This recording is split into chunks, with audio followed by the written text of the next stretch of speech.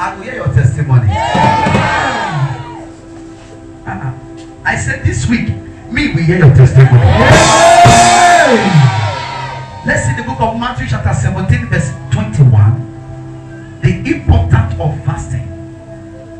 Important. Fasting is not hunger strike.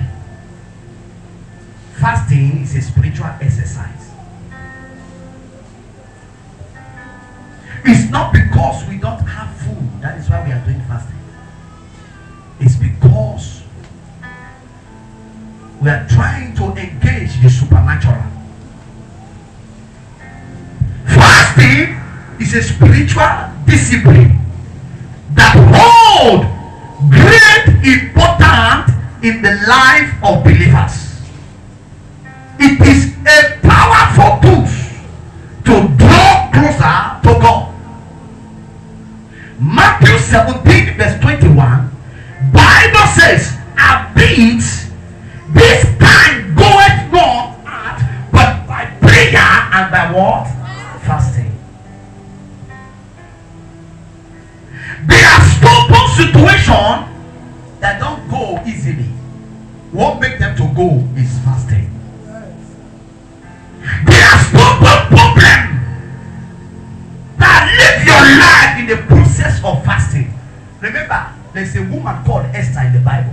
Esther chapter 2. That this woman engaged in fasting. She engaged when he understood the plan of Haman. When she understood the plan of Haman. Listen, there are some enemies that need to go by force. There are some enemies that need to die from your compound. There are some enemies that need physical violence.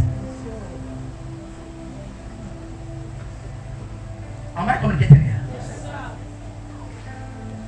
This woman called Esther, she engaged in fasting. She called people. She said, "Come, gather people for me. Let us fast. If I perish, let me what?" Why is she fasting? She's fasting because she needs somebody to go down. She's fasting because there is a plot against her. She's fasting because there is somebody who said Israel will not know peace. She fasted because she wants to make impact in her generation. Anyone where you are living that have hit a chest or in chest, that have used their hand to hit the ground and said over my dead body that as far you are in this compound and you will never succeed. Before 3 more times, I will hear the obituary of that person. If I hear your amen, God shall expose that person. What happened? Bible says that what Emma plotted, the tools, the enemy, what Emma planned, the thing that Emma planned, God said he poured the plan of the enemies. By the grace of God, I decree every plan of your enemy, the Lord will turn them upside down. Imagine your enemy here. God will turn them upside down. He shall turn the plan of your enemy upside down. If he shall give me, so shall it be for you. I don't know. You are not with me here. See. I'm seeing somebody here. Before 6 more time, I see you controlling weights. But any Emma standing that said over my dead body, if I your company that said you will not succeed, if I hear your amen, by the grace of God, that person shall run mad. For your sake, the person shall run mad. For your sake, the person shall run mad. For your sake, the person shall run mad. For your sake, the person shall run mad. If I hear your amen, so shall it be.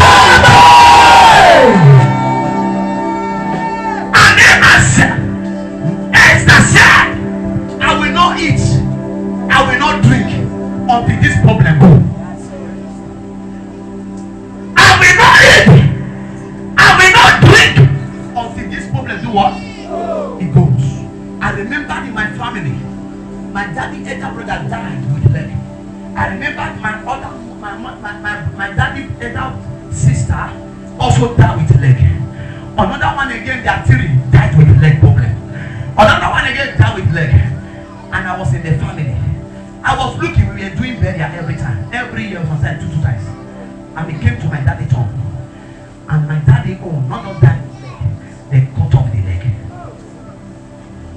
Right in the hospital, my daddy began to scream. Doctor could not be able to see what my daddy was saying. Because my daddy was with the king. And they were discussing about the progress of the land. And after he left the place, some elderly men to move together. How dare you? Because my daddy has voice. He's a soldier man. He have a very high rank in his soldier. And he's a commandant. And he was talking to the king. And some elderly men said, how dare you? You that is not a king. Why would you be making a decision? And the king will take the decision. And when he left, when he got to the ass, according to him, he said something run through the ground. And as the thing run through the ground, the thing run and enter his leg. He fell down through afternoon. He fell down and stood up again. And he could not understand. He said, what is this kind of thing that run through the ground and enter my body? And from that day, the thing began to affect his leg. I was in the family. You did that family nonsense, they go on. You can stop that nonsense. I was at the family, I was looking. One died, two died, three died. He came to my father's turn. My father's leg was cut off. He was using the crutch. And as he was using the crutch, he screamed, he said, look at three elderly men. He said, they are eating my leg. Tell them to leave my leg. They are eating my leg. Doctor could not be able to understand what my father was saying. They are eating my leg. And I am still in the family. I could not be able to do anything until my father died. And after he died, the thing extended to my elder brother also. My elder brother began to scream, my leg, my leg. I said, no, I am in this family. This nonsense must stop. That is when I now run to Babalola Mountain. I said, I'm not a pastor, but I must go to mountain. I went to Babalola Mountain. I stayed there for 7 days. I said, this nonsense must stop. You are in that family. People are dying. And you say, you are a Christian. You are in that family. Somebody is taking the weight of your children to somebody else. And you are in that family. You are not doing anything. Child of God, this can do it by fasting and prayer. I ran to nothing. And I thank God from today. Let the leg stop, my brother. And let there be no more death. I stayed there for some days. And the mountain priest came. I'm talking about Babalola Mountain. Ado Ekiti. And the priest came. He said, young boy, you need to stop your fasting. Because in this mountain, on this mountain, we fast for 3 days and break and you continue again. So that somebody will not die on the mountain. I said, okay. He said, climb down and climb back again. I have to climb down and climb back again. That's the principle of the mountain. I climbed down, I climbed back again. I begin the fasting, no eating. He was thinking I am breaking. I did not break it. I climbed the mountain. And I have to turn my face. I face the sky. When you look at this mass close here, and the mass is taller than this 3 times. That is how the mountain is. And I climbed to 3 in one mountain. That one is called Pastor's Mountain. I went to that one. When I climbed there, and I used my eye to face the sun. It's like the sun is close to me. I face the sun with my eye. I say, oh God, I don't want to bury in my family again. And open my eye. I was not a pastor there, but the Lord opened my eye. My eye began to change to different color. My eye changed to red, from red to green, from green to different color. And until my eye now changed to pure white. And I heard a voice. He said, I will make use of you, and there shall be no more death in your family.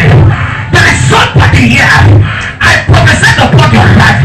Every nonsense that is going on in your father's house, if I can hear your amen, angels shall stop that nonsense for you.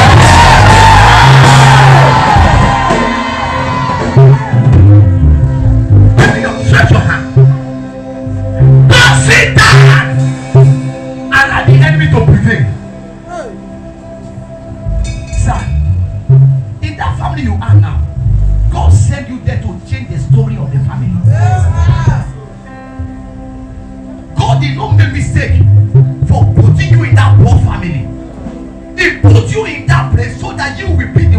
elevate the family. Not in the wrong way, in the right way. He said in his word, I gave one talent, I gave one 2 talents. And also, he said one trade with the 5 talents and brought gain. Another one trade with the 2 talents and brought gain. He said he gave them according to their ability. The reason why you are in that family is because of your ability. And God put you there so that you can be the one to give the family a new name. Remember where Jesus came out from. Jesus came out from Nazareth. And Nazareth, that is where Samson came out from. Samson fell from Nazareth. Am I communicating here? Samson fell Nazareth. And the people of the Jews, when they look at Nazareth, they say, can anybody come out from Nazareth? But Jesus went to the Nazareth and proved Nazareth and let the enemy know who can come out from Nazareth. Who can come out from your family. Your family, who will come out. If you say amen, who will come out from your family. Who will come out from your family. Who will come out from your family.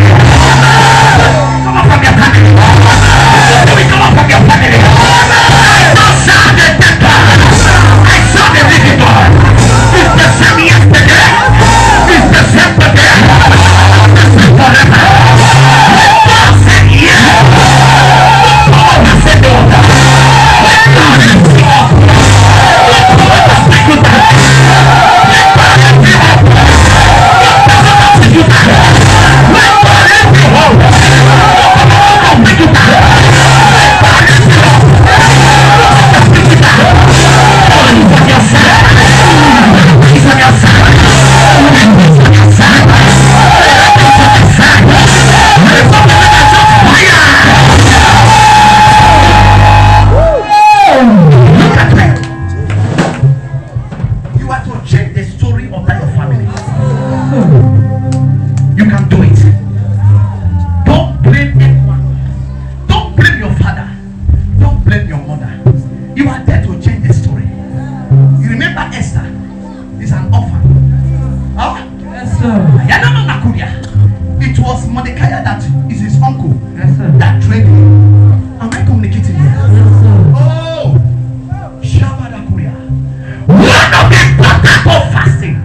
Fasting draw you close to God. See that? Fasting draw us close to God. James chapter 4 verse 8. Fasting bring you closer to God.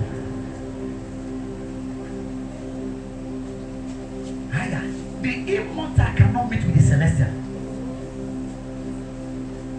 Only when you are clean, that is when God can communicate back to you. Are you hearing me here?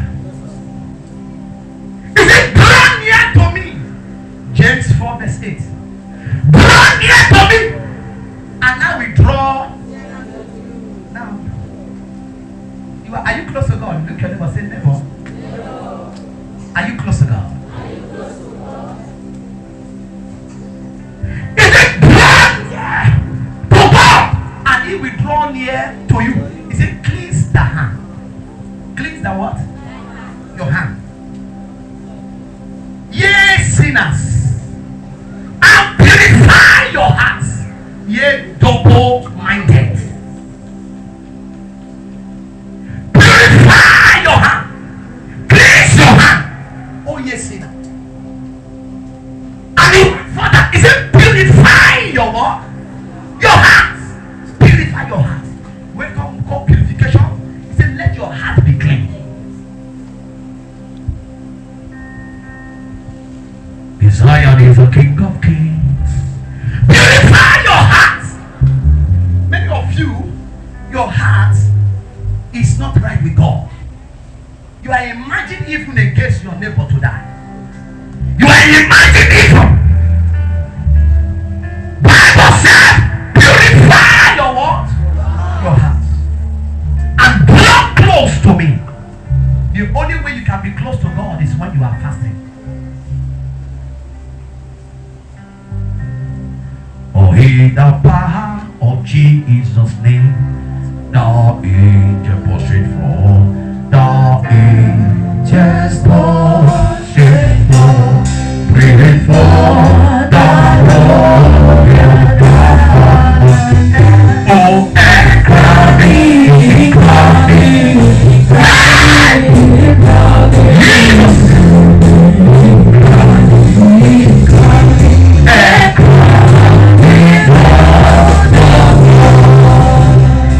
listen, fasting allows believers to communicate freely with God. Fasting allows believer to, another one, to disconnect from worldly distraction and focus on God. Let me come again. Fasting allows believers to disconnect from worldly distraction and focus on God. It is a way to humble ourselves before Him and seek His presence. Joel chapter 2 verse 12.